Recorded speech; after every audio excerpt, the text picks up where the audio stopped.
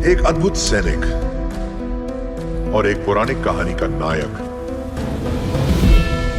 तुम्हारा भाई जिसे देवता मानते हैं।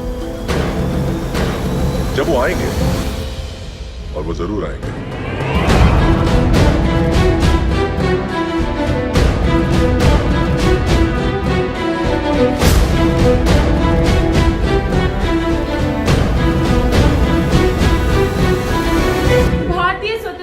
लड़ाई सब ने अपने हिसाब से लड़ी। कोई महात्मा गांधी के अहिंसा के रास्ते को सही मानता था, तो कोई सुभाष चंद्र बोस के पथ पर आगे चलना चाहता था। उन्हीं क्रांतिकारियों में से एक थी कल्पना दत्त, जिन्होंने आजादी के लिए हथियार का रास्ता चुना।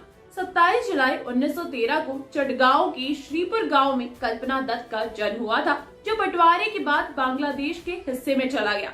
कल्पना दत्त की शुरुआती शिक्षा गाँव में हुई। अपने कॉलेज के दिन में वो स्वतंत्रता सेनानी सूर्य से भी मिली, जिन्हें लोग मास्टर दा के नाम से भी जानते थे।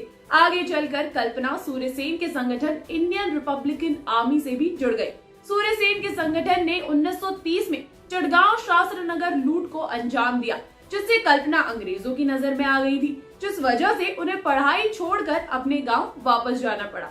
इस लूट के बाद कई क्रांतिकारियों को गिरफ्तार किया गया, फिर भी कल्पना अपने संगठन के संपर्क में थी।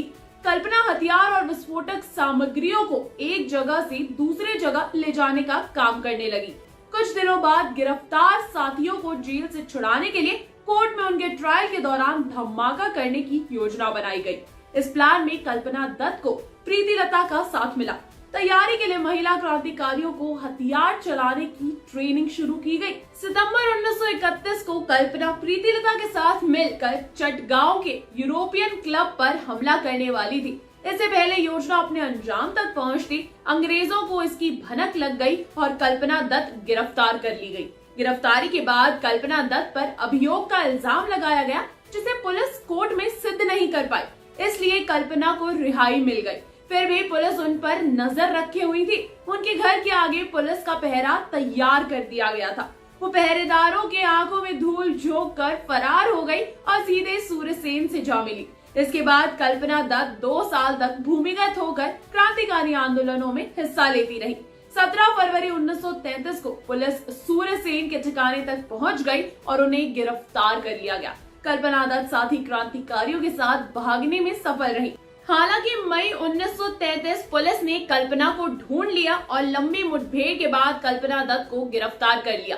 कोर्ट ने सूर्य सेन को फांसी की सजा और कल्पना दत्त को उम्र कैद की सजा सुनाई।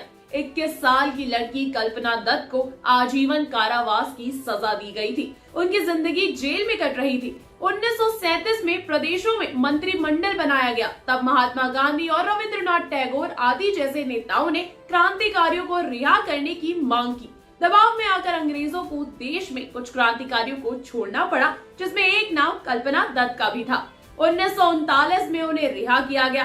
बाद में ये दिल्ली में आकर बस गई और 1979 में उनके साहसिक कार्यों के लिए वीर महिला की उपाधि दी गई उन्हें। 8 फरवरी 1995 में कल्पना जोशी ने अपनी अंतिम सांसें ली और दुनिया को अलविदा कहा। और ऐसे ही एक स्वतंत्रता सेनानी की कहानी लेकर आ रहे हैं एस.एस. राजमौली जी अपनी अगली फिल्म RRR 2 में, जिसमें 2 स्वतंत्रता सेनानी की दोस्ती और ब्रिटिश राज के खिलाफ विद्रोह दिखाया जाएगा। आज की कहानी आपको कैसी लगी, ये हमें कमेंट कर जरूर बताएं। अगर वीडियो पसंद आया हो तो इसे लाइक करें, शेयर करें, सब्सक्राइब करें पॉलीग्राफ स्टूडियोज को।